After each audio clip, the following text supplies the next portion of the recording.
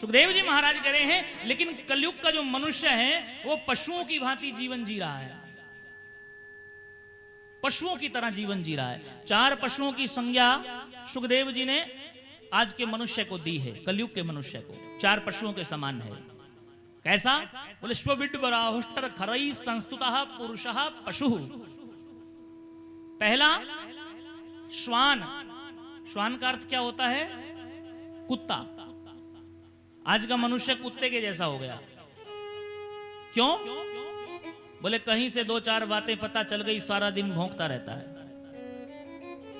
जैसे कुत्ते लड़ते हैं ना, आपस में झगड़ा करते हैं गली में, ऐसे ही किसी ने कुछ कहा तो तन करके खड़ा हो जाता है, तुरंत झगड़ा शुरू कर देता है। रोटी के टुकड़े के लालच में घर के द्वार पर पड़ा रहता है। बहू कितना भी दुत्कारे, बेटा कितना भी दुत्कारे, पत्नी कितना भी दुत्कारे, परिवार वाले कितना भी दुत्कारे, द्वार छोड़ करके नहीं जाएगा, वहीं पड़ा रहेगा। कितना भी अपमान करें, कुछ भी कहें, लेकिन रोटी के टुकड़े के लालच में पड़ा रहेगा महाराज। लेकिन महाराज मनुष्य आज का ऐसा हो गया, कुत्ते के समान हो गया। झगड़ा करता है, भौंकता रहता है, रोटी के टुकड़े के लालच में घर के द्वार पर पड़ा रहता है, जाता नहीं है। और कभी कभी किसी को वैराग्य हो भी जावे तो मरकट वैराग्य होता है। मरकट वैराग्य का मतलब बंदर के जैसे। बंदर का क्या काम होता है? बंदर एक टहनी से दूसरी टहनी पर कूदता है, और कूदते कूदते रास्ते में अगर उसको यह ज्ञात हो गया कि वहां तक पहुंच नहीं पाऊंगा तो रास्ते से वापस लौटी आता है। आपने बंदर को देखा होगा, बंदर छलांग लगाता है और टहनी दूर हो और समझ लिया उसने कि वहां तक पहुंच नहीं पाऊंगा तो आधे रास्ते से वापस लौटी आता है। ऐसे ही आज का मनुष्य भी है, घर में हुई खटपट तो बोले चलो चलते हैं हरिद्वार। पत्नी से झगड़ा हो गया, बस मैं जा रहा हूं घर छोड़ करके, मैं लौट के नहीं आऊंगा, अब मैं आने वाला नहीं हूं, मेरी बाट मत देखना। घर से निकल गए घर से 2-4 घंटा किसी मित्र की दुकान पर बैठे, किसी के साथ घूमे फिरे, शाम को फिर घर लौटी आए। ये वैराग्य थोड़ी है महाराज, इसको तो मरकट वैराग्य कहा गया। घर में झगड़ा हो गया, घर से निकल गए और फिर लौटी आए। तो जीवन मनुष्य कुत्ते की तरह जी रहा है। दूसरे पशु की संज्ञा सुखदेव जी ने दी कि बिडबराहा। बिडबराहा माने सूकर। सूकर का क्या काम होता है? बोले भक्ष्य अभक्ष्य जो भी मिले सब खा जाओ।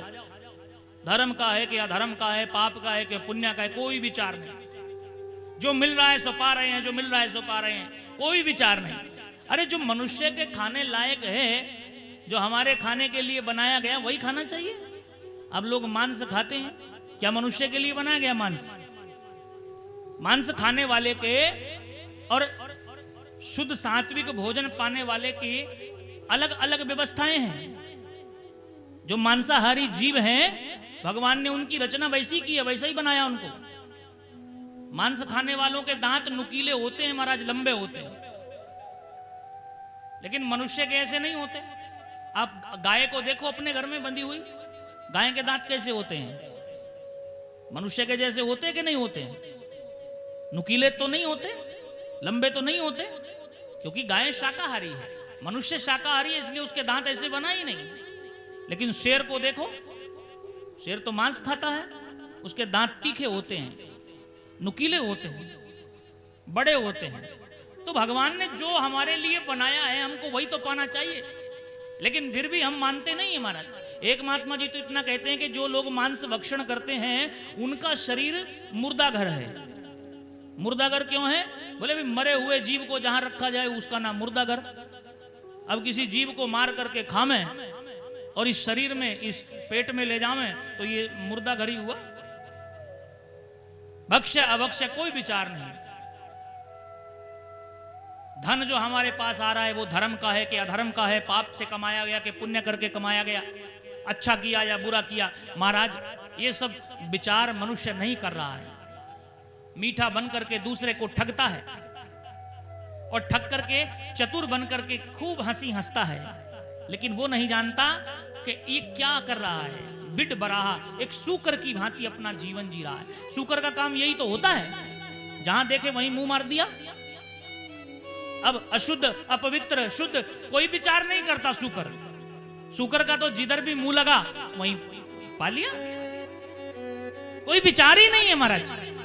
ऐसे ही मनुष्य सूकर की भांति जीवन जी रहा है। तीसरा बताया ऊंट। ऊंट का क्या काम होता है? ऊंट सीधी गर्दन करके चलता है महाराज, झुकता ही नहीं। आज का मनुष्य भी झुकना जानता ही नहीं, एकदम सीधा गर्दन ऊंची करके चलेगा। महाराज शुष्क काष्ठानि मूर्खाश्च नमन्ति न कदाचना नमन्ति फलिनो वृक्षा नमन्ति गुणिनो जनः। सूखी लकड़ी और मूर्ख आदमी कभी झुकता नहीं। सूखी लकड़ी को झुकाने का प्रयास करोगे तो लकड़ी टूट जाएगी, पर वो झुकेगी नहीं। और झुकता कौन है? बोले नमन्ति फलिनो वृक्षा नमन्ति गुणिनो जना। जिन वृक्षों के ऊपर फल लगे होते हैं वो स्वतः ही झुक जाते हैं, उनको झुकाने की जरूरत नहीं पड़ती, वो अपने आप झुक जाते हैं। और जिन व्यक्तियों में गुण होते हैं वो अपने आप झुक जाते हैं। किसी संत को देखकर, महात्मा को देखकर, बड़े को देखकर, बुजुर्ग को देखकर, माता पिता को देखकर, गुरुजनों को देखकर झुकना चाहिए, प्रणाम करना चाहिए। लेकिन मनुष्य है ऊंट की भांति हो गया, झुकना जानता ही नहीं। ऊंट का दूसरा काम क्या होता है? संग्रह करना। इतना पानी पी लेगा एक बार में कि 4 दिन तक 10 दिन तक जरूरत ही ना पड़े।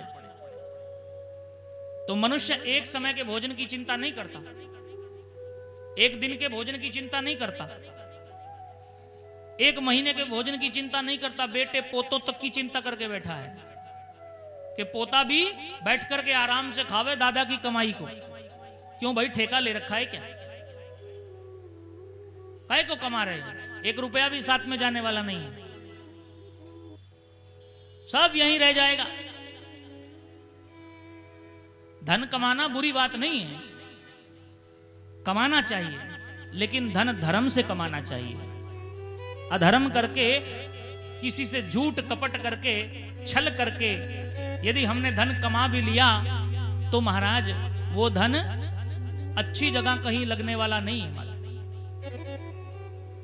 यदि बेटे पोते भी उसका उपभोग करेंगे तो वो भी बुरे कामों में ही करेंगे, अच्छे कामों में नहीं करेंगे।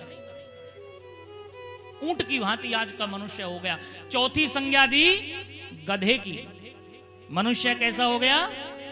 गधे के समान। गधे का क्या काम होता है? बोझा ढोना। आपने देखा होगा कुम्हार के पास गधा होता है और उस गधे के द्वारा कुम्हार मिट्टी ढोता है। गधे के ऊपर लाद करके मिट्टी लाता है।